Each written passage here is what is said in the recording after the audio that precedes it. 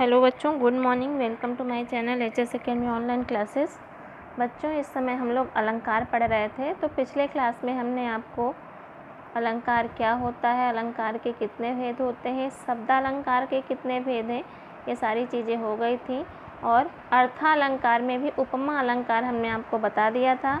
आज के क्लास में हम लोग उत्प्रेक्षा अलंकार, रूपक अलंकार, मानवीकरण अलंकार और अतिशयोक्ति अलंकार का अध्ययन करेंगे। तो चलिए हम लोग देखते हैं। सबसे पहले उत्प्रेक्षा अलंकार। उत्प्रेक्षा अलंकार में क्या करते हैं? जैसे उपमा अलंकार जब हमने पढ़ा था तो उपमा अलंकार में हमने क्या किया, समानता बताई, एक व्यक्ति या वस्तु को दूसरे व्यक्ति या वस्तु के समान बताया, तो इस वजह से वहाँ उपमा अलंकार हो गया। उत्प्रेक्षा अलंकार में हम क्या करते हैं, संभावना व्यक्त करते हैं, कल्पना करते हैं या काल्पनिक रूप रचना करते हैं। एक व्यक्ति या वस्तु को देखकर हम किसी दूसरे व्यक्ति या वस्तु के रूप के अनुसार ही उसकी कल्पना कर लेते हैं, केवल कल्पना करते हैं। अपने मन मस्तिष्क में एक काल्पनिक रूपरेखा, एक काल्पनिक चित्र अंकित कर लेते हैं किसी चीज़ को देख करके। तो वहाँ पे कौन सा अलंकार होता है, उत्प्रेक्षा अलंकार होता है। जैसे देखिए, यहाँ डेफिनेशन पहले देख लीजिए। जहाँ उपमेय और उपमान में बहुत अधिक समानता के कारण हम क्या करते हैं, उपमेय में उपमान की संभावना कर लेते हैं या उपमेय में उपमान की कल्पना करते हैं, तो वहाँ कौन सा अलंकार होता है, उत्प्रेक्षा अलंकार होता है। क्लियर?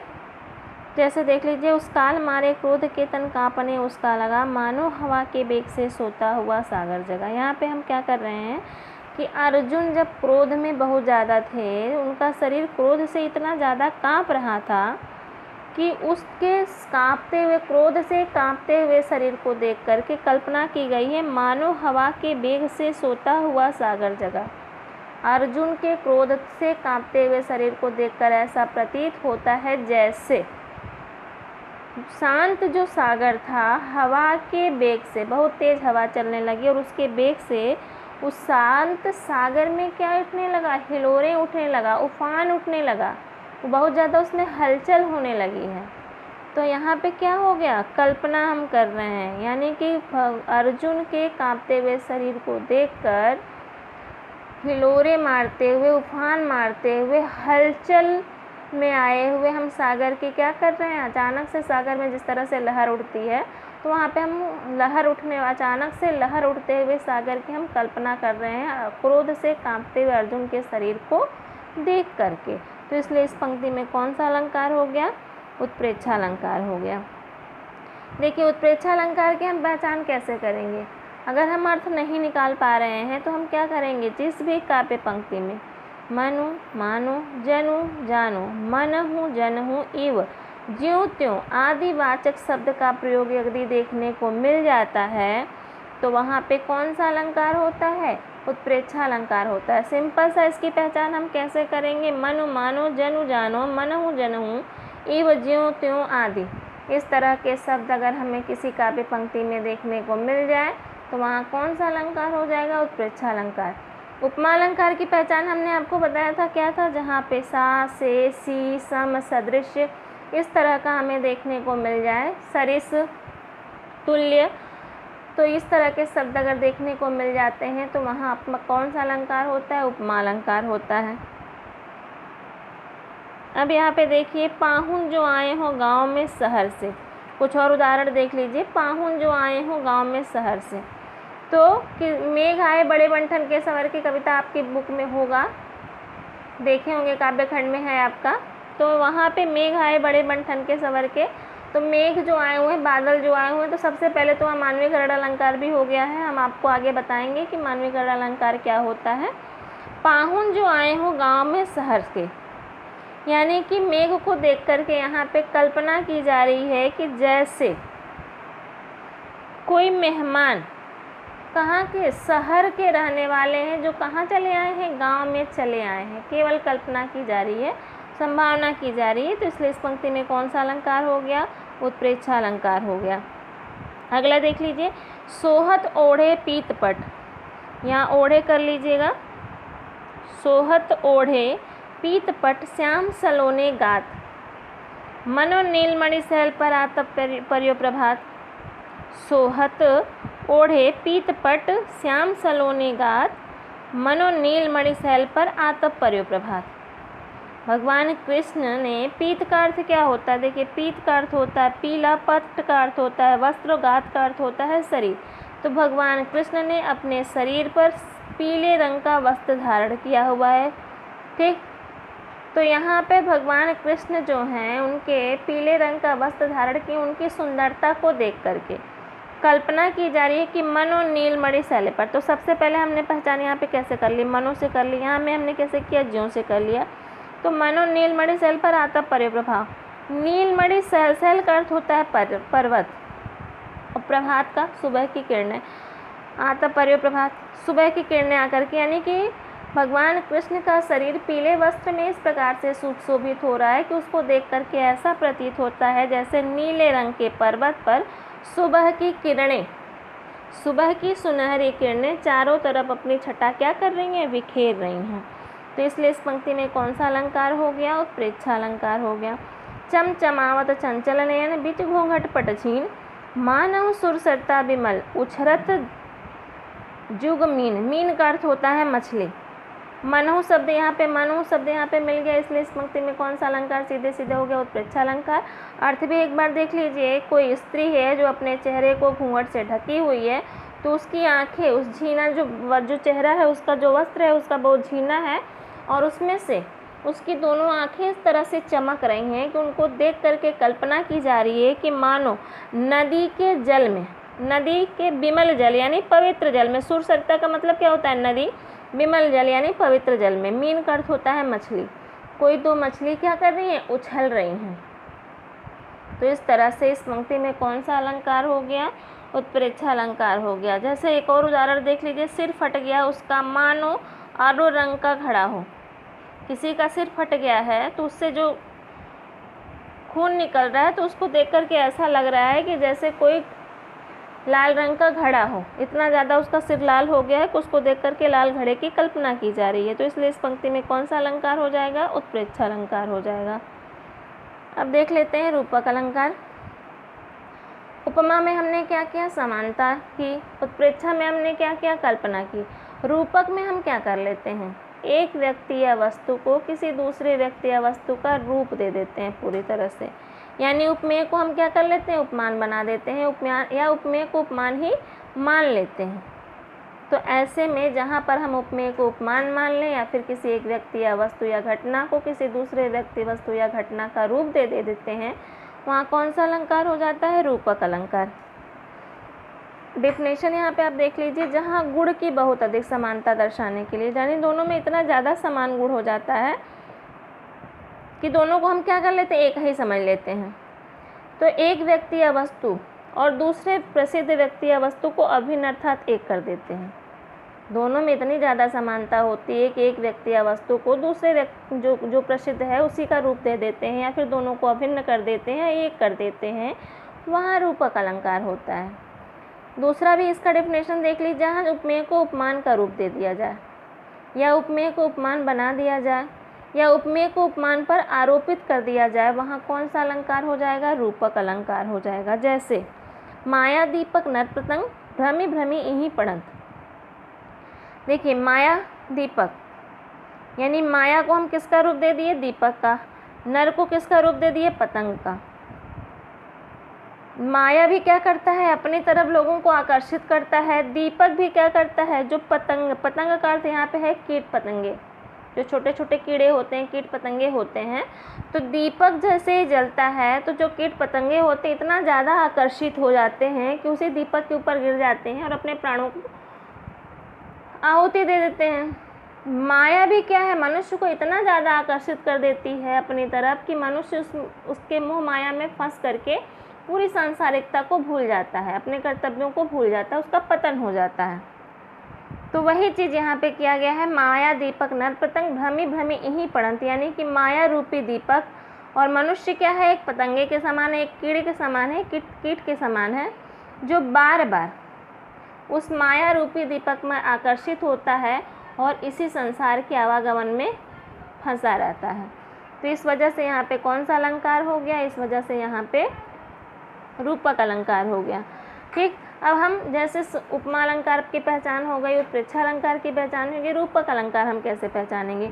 तो प्रायः दो मुख्य शब्द जब एक साथ होते हैं और शब्दों के बीच में जब योजक चिन्ह लगे होते हैं तो वहाँ कौन सा अलंकार हो जाता है? वहाँ कौन सा अलंकार हो जाएगा? रूपक अलंकार हो जाएगा। क्लियर? अब और उदाहरण देख लीजिए। अंबर पनघट में डुबो रही तारा घट उषा नागरी। यहाँ पे अंबर और पनघट के बीच में योजक चिन्ह है, इसलिए इस पंक्ति में भी कौन सा अलंकार हो गया? रूपक अलंकार हो गया। तारा घट के बीच में उषा नागरी। अंबर को किसका रूप दे दिया गया? पनघट का। तारा को किसका रूप दे दिया गया? घड़े का। उषा को किसका रूप दे दिया गया? नागरी का, स्त्री का। तो इसलिए इस पंक्ति में कौन सा अलंकार हो गया? इस पंक्ति में रूपक अलंकार हो गया। पायो जी मैंने राम रतन धन पायो। राम को किसका रूप दे दिया गया? धन का रूप दे दिया गया, इसलिए इस पंक्ति में भी कौन सा अलंकार हो गया? रूपक अलंकार हो गया। तो इस तरह से जहाँ पर दो मुख्य शब्द एक साथ हो और दोनों योजक चिन्ह से जुड़े हुए होते हैं, वहाँ पे कौन सा, ये पहचान करने का है, कौन सा अलंकार हो जाएगा? रूपक अलंकार हो जाएगा। अगला देख लेते हैं हम लोग, मानवीकरण अलंकार। उपमा में समानता किया हमने, उत्प्रेक्षा में कल्पना की, रूपक में रूप दे दिया गया। मानवीकरण में भी हम रूप ही देते हैं। जैसे रूपक अलंकार में हम क्या कर लेते हैं? किसी को भी किसी का रूप दे देते हैं। मानवीकरण में बस इतना अंतर होता है कि मानवीकरण में केवल प्राकृतिक वस्तुओं, घटनाओं को हम मनुष्य का रूप दे देते हैं। जहाँ पे भी कोई प्राकृतिक वस्तु हो, प्राकृतिक घटना हो, उसको जब हम मानव के रूप में चित्रित करते हैं, मानव भावना के रूप में चित्रित करते हैं, मानव के क्रियाकलाप के अनुसार चित्रित करते हैं, वहाँ कौन सा अलंकार हो जाएगा? मानवीकरण अलंकार। यानी इसमें हम क्या करेंगे? प्राकृतिक वस्तुओं या घटनाओं को मानव का रूप दे देते हैं या फिर जड़ पदार्थों पर मानवीय भावनाओं का आरोप कर लेते हैं। यानी जो जड़ पदार्थें होती हैं वो क्या कर लेती हैं? मनुष्य के समान क्रियाकलाप करती हुई दिखाई देती हैं। तो इस वजह से वहाँ कौन सा अलंकार हो जाएगा? मानवीकरण। रूपक में किसी को भी हम किसी का रूप दे सकते हैं, लेकिन मानवीकरण में केवल प्राकृतिक चीज़ों को हम मनुष्य का रूप दे देते हैं। तो जहाँ प्राकृतिक वस्तुओं, घटनाओं या जड़ पदार्थों को मानवीय भावना या मनुष्य के रूप में प्रस्तुत किया जाता है, अथवा जहाँ मानव के गुणों या कार्यों को प्रकृति में दर्शाया जाए, वहाँ कौन सा अलंकार हो जाएगा? मानवीकरण अलंकार हो जाएगा। जैसे उषा सुनहले तीर बरसाती जयलक्ष्मी सी उदित हुई। यानी कि उषा को किसका रूप दे दिया गया? लक्ष्मी का रूप दे दिया गया। यहाँ पे उपमा अलंकार भी है, लेकिन सुबह की जो प्राकृतिक चीज़ें हैं, सुबह की जो किरणें हैं, उसको लक्ष्मी का रूप दे दिया गया, इसलिए यहाँ पे कौन सा अलंकार हो जाएगा? यहाँ पे मानवीकरण अलंकार भी है। और इस पंक्ति में सी का भी प्रयोग हुआ है, इसलिए इसमें उपमा अलंकार भी है। मेघ आए बड़े बन ठन के संवर के। मेघ का अर्थ क्या होता है? बादल। अब बादल तो पुरुषों के समान सजने संवरने का काम तो कर नहीं सकते। सजने संवरने का काम कौन करता है? पुरुष करते हैं, मनुष्य करता है। तो यहाँ पे बादल को किसका रूप दे दिया गया? मनुष्य को रूप दे दिया गया, इसलिए इस पंक्ति में भी कौन सा अलंकार हो गया? बादल क्या है? प्राकृतिक वस्तु है, तो इसलिए इसमें भी कौन सा अलंकार हो गया? मानवीकरण अलंकार हो। मेघ में आसमान से उतर रही संध्या सुंदरी धीरे धीरे। संध्या को किसका रूप दिया गया? सुंदरी का। संध्या प्राकृतिक चीज़ें हैं, जो सुबह शाम होना, ये सब प्रकृति के द्वारा ही निर्धारित होता है, सुबह दोपहर शाम होना। तो यहाँ संध्या क्या है? सुंदरी का रूप दे दिया गया। मेघ में आसमान से उतर रही संध्या सुंदरी धीरे धीरे। सुंदरी मतलब एक स्त्री का रूप दे दिया गया, तो इस वजह से यहाँ पे कौन सा अलंकार हो गया? इस वजह से यहाँ पे मानवीकरण अलंकार हो गया। यानी कि जहाँ पे भी हम कोई भी प्राकृतिक चीज़ों को मनुष्य का रूप दे देंगे, वहाँ कौन सा अलंकार हो जाएगा? मानवीकरण अलंकार। ये रूपक की तरह ही होता है, लेकिन रूपक में किसी को भी किसी का रूप दे दिया जाता है, लेकिन मानवीकरण में केवल प्राकृतिक वस्तुओं को ही मनुष्य का रूप दिया जाता है। अब अगला देख लीजिए, अतिशयोक्ति अलंकार। अतिशयोक्ति में हम क्या कर लेते हैं? अतिशयोक्ति में हम किसी भी व्यक्ति, वस्तु या घटना का जब बहुत अधिक बढ़ा चढ़ा करके वर्णन कर लेते हैं, वहाँ पे कौन सा अलंकार हो जाता है? अतिशयोक्ति। बहुत अधिक बढ़ा चढ़ा के प्रशंसा करना, तारीफ करना, वर्णन करना, यह कौन सा अलंकार कहलाता है? अतिशयोक्ति अलंकार। जैसे देखिए, हनुमान की पूंछ में लगन पाई आग, सिगरी लंका जल गई गए निशाचर भाग। हनुमान की पूंछ में आग लगी भी नहीं और पूरा लंका जल गया, और जितने निशाचर थे, जितने राक्षस थे, वो सब क्या हो गए? भाग गए। तो यहाँ पे क्या किया गया है, बहुत अधिक बढ़ा चढ़ा करके वर्णन किया गया, इसलिए इस पंक्ति में कौन सा अलंकार हो गया, अतिशयोक्ति। पानी परात को हाथ छुयो नहीं, नैनन के जल से पग धोयो।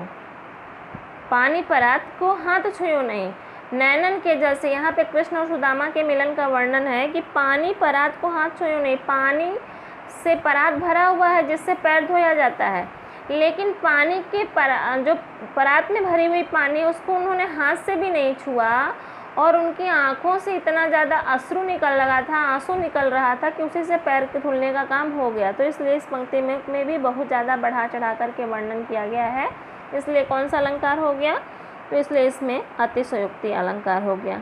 तो आई होप कि सारे अलंकार आपको एक साथ समझ में आ गए होंगे। उपमा, रूपक, उत्प्रेक्षा, मानवीकरण और अतिशयोक्ति। यहाँ पे एक दृष्टि में सारा ही देख लीजिए। उपमा अलंकार की पहचान हम कैसे करेंगे, यह शॉर्ट है आपके लिए, कि जहाँ सा सी से सम सदृश तुल्य सरिस हो वहाँ पे उपमा अलंकार हो जाएगा। उत्प्रेक्षा मनो मानो मनहु जनहु इव ज्यों त्यों जनु मनु, इस तरह का जहाँ दिखाई दे जनहु मनहु, तो इस तरह का जहाँ दिखाई दे वहाँ कौन सा अलंकार हो जाएगा, उत्प्रेक्षा अलंकार। जहाँ योजक चिन्ह के साथ दो मुख्य शब्द एक साथ जुड़े होते हैं वहाँ कौन सा अलंकार हो जाएगा, वहाँ रूपक अलंकार। अब देखिए, मुख्य शब्द के साथ ही जब जुड़ा होगा, योजक चिन्ह लगा होगा, तभी हो जाएगा।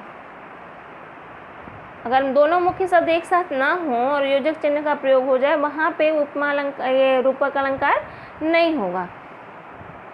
मानवीकरण में क्या होता है, प्रकृति को मनुष्य का रूप दिया जाता है, और अतिशयोक्ति में हम क्या करते हैं, बहुत अधिक बढ़ा चढ़ा करके किसी का वर्णन करते हैं। अब आई होप कि अब ये सारे जो अर्थालंकार के भेद हैं आपको क्लियर हो गए होंगे। क्लास में भी, ऑनलाइन क्लास में भी हमने आपको सारी चीज़ें अच्छे से बता दिया है। अब ये आपके लिए कुछ होमवर्क है, इन पंक्तियों को पढ़ करके आपको अलंकार का नाम बताना है। ये सारे आपकी पंक्ति हैं और इनको पढ़ करके आपको अलंकार का नाम बताना है। ये सारी चीज़ें लगभग हमने आपको बता दिया है। जहाँ पे भी अनुप्रास अलंकार का, अगर इसमें इस पंक्ति में अनुप्रास अलंकार है, जहाँ वर्ण की आवृत्ति हो गई अनुप्रास है, जहाँ सा से सी सम सदिश होगा वहाँ पे उपमा अलंकार हो जाएगा। ठीक, जहाँ पे प्रकृति को मनुष्य का रूप दिया गया वहाँ पे कौन सा अलंकार हो जाएगा, मानवीकरण अलंकार हो जाएगा। मनो मानो जहाँ हो उत्प्रेक्षा अलंकार हो जाएगा। जहाँ दो शब्द एक साथ हो लेकिन दोनों का अर्थ अलग अलग होता है वहाँ यमक अलंकार हो जाता है। जहाँ एक शब्द से कई अर्थ चिपके होते हैं वहाँ श्लेष अलंकार होता है। तो इस तरह से ये सारे ही अलंकार हमने आपको पढ़ा दिया है। पंक्ति देख करके आपको वो सारी की सारी चीज़ें आपको बतानी हैं। ये सारा पंक्ति लीजिएगा। आई होप कि ये सारी चीज़ें आपको समझ में आ गई होंगी और बहुत आसान है आपको पहचानना, आराम से आप इसको कर सकते हो।